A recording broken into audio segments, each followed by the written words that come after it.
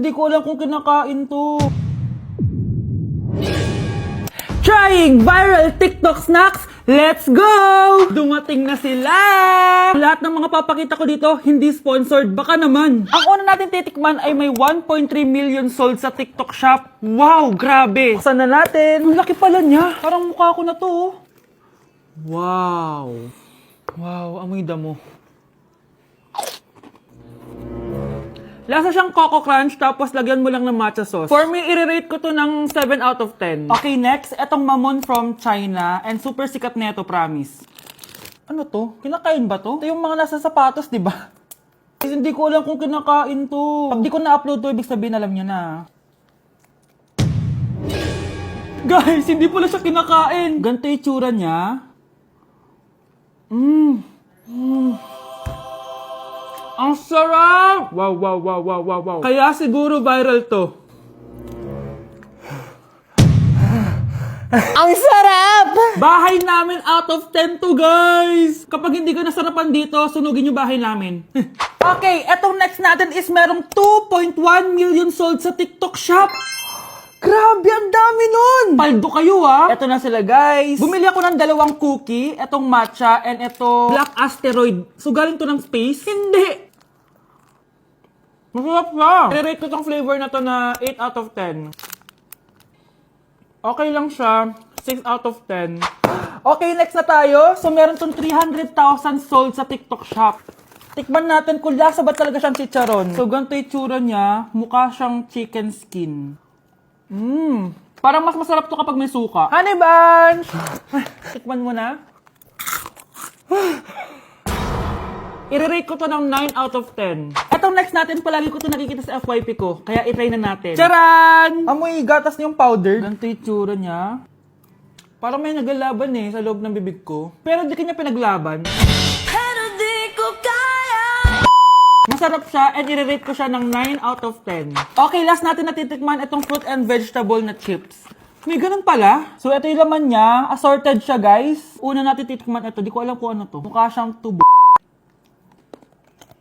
Feel ko nalunok ko na yung mga braces ko. Okay lang yung nauna ko natikman. Ito parang sweet potato. Parang magkakalasa lang silang lahat. Iba lasa niya ito.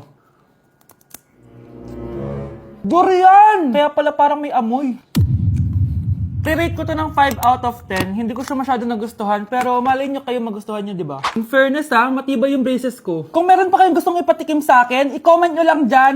Yun lang naman, guys. Bye! Nandito ako sa Japan ngayon at titikim tayo ng Japanese convenience store snacks. Hulaan nyo kung saan ako pupunta, walang gato sa Pilipinas.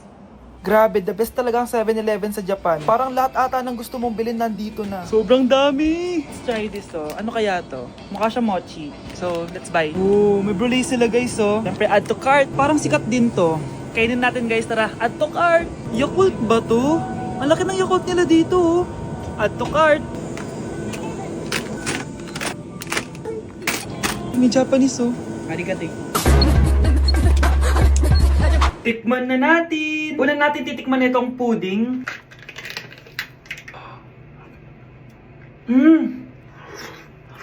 Lasa siyang lotion. Lasang lotion na!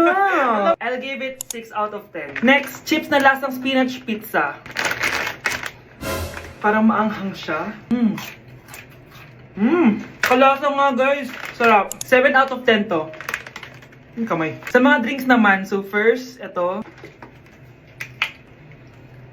Alam niyo yung sa Kmart, yung banana na lalagay ko dyan. Ganun yung lasa niya, pero hindi masyadong matamis. So, 7 out of 10. Favorite. Next, ito guys, super cute neto kaya kinuha ko. So, pa siyang mochi. Pero di ko alam kung ito. Wala kasi siyang English subtitle. Cute niya! Tapos amoy sabon. Alam mo yung Kojic, ganun. Ganun yung amoy niya. So, ito yung itsura niya. Candy ata to Para kang ngumunguya ng sabon. 3 out of 10 ka lang, be. Okay, next, itong Pringles na lasang chicken barbecue. May ganun. Amoy na natin. Amoy biryani. Actually, masarap siya. Alam mo yung biryani na chicken, ganun yung lasa niya, pero Pringles. 7.5 out of 10 to. Next, itong Jollibee na parang sweet potato. Ano natin? Mukha talaga siyang fries. Ayan. Parang nanak malasahan sa lahat ng mga kinain ko. Masarap siya, pero wala siyang lasa. So, Wala dun. 5 out of 10. Hindi ko siya bibilin ulit. Next is yung dessert natin, tong brulee. Brulee? Ayan, ayan yung tsura niya guys. And alam ko, binabasag to. Yun o. Ayan, oh, ayun o. Ang tamis masyado. Tamis. Ano? Favorite niya to eh. Okay, last natin is yung Yakult. Lasang Yakult. Na mas marami lang. So yun lang naman. Kung gusto nyo ng part 2, mag-rate pa ako ng ibang Japanese food dito. So comment lang kayo sa baba. Nasa Japan pa rin ako at titikim tayo ng Japanese convenience store food part 2. Hulaan nyo guys kung nasaan ako. Walang-wala na ito sa Pilipinas, promise.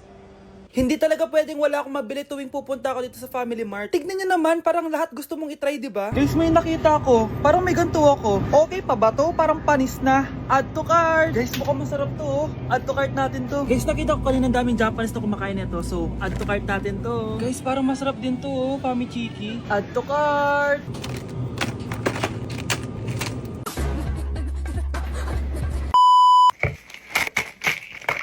Tikman na natin! Una natin titikman na itong mukhang baya. Bakit kaya ganito kulay niya? Saan yung amoy niya? Amoy mani. Unang kagat. Masarap siya pero lasa siyang mani. Oo eh. Masarap siya. Sarap siya. 7 out of 10 to. Next natin tong Pamichiki. Tignan nyo guys, grabe. Walang buto to ah. The best! Pupunta talaga ako ng Japan para lang dito. Buhay ko out of 10 to guys. Next, mag-drinks muna tayo. Sarap. Wala akong masabi. Ang sarap niya. 10 out of 10 to sa akin.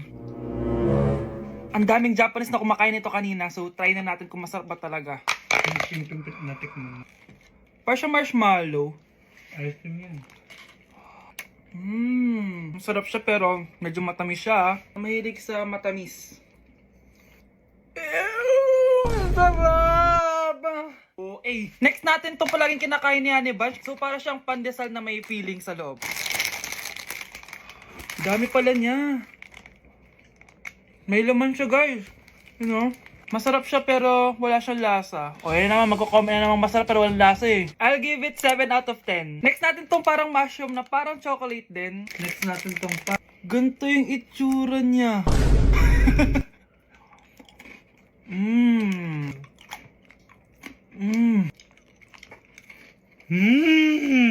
Uy talaga. Masarap to guys, 9 out of 10. Okay guys, last natin tong soy sauce flavored moisturized crackers. So lasa siyang toyo. Tikman na natin. Amoy singit. So ganito yung itsura niya. nga, may singit. Wag nyo i-try guys. 1 out of 10 lang to. So yun lang naman guys, no? Kung gusto nyo ng part 3, mag-comment lang kayo dyan. And malapit na kami umuwi sa Pilipinas. Bye-bye. I-cancel ko muna diet ko. Magmumukbang tayo guys. Bumili ako na tong buldak na carbonara. Sabi nila masarap to. Guys, kasama natin si Jungkook 입니다. 안녕하세요 여러분 저는 로드입니다. So what are we cooking today? Today buldak carbonara with spam and onigiri. Okay, first step natin, pakuluan muna natin yung noodles. Meron din pala tayong spam guys. Ilalagay na yung gatas. Sabi mo kung stop na, Jungkook. Go. Di pa? Ilalagay natin to lahat. Natatakam na ako guys. Ilagay na natin yung cheese. Guys, kain na tayo. Sobrang naglalaway na ako. Kasama natin magbumukbang si Honey Bunch. Hello po. And si Jungkook입니다. kain na tayo. Guys, kung ako sa inyo, magluto na rin kayo. Meron kaming spam. May egg din. So, ang challenge natin, walang iinom ng tubig. Hanggat hindi na uubos. First bite, guys. Sarap. With egg. Parang hindi talaga tayo magtubig kasi hindi naman maanghang.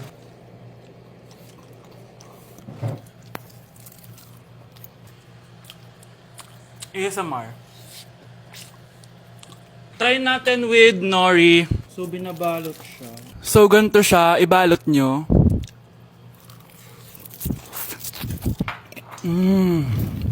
Sarap nito.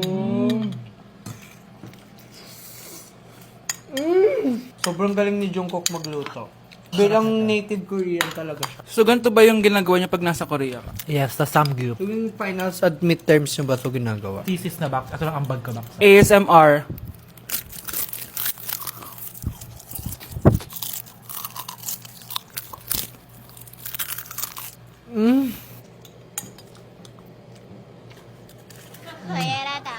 Grabe, hindi halatang gutom na gutom kami, oh. Walang nasayang na pagkain. So, i-rate ko siya ng 10 out of 10 dahil sobrang sarap niya.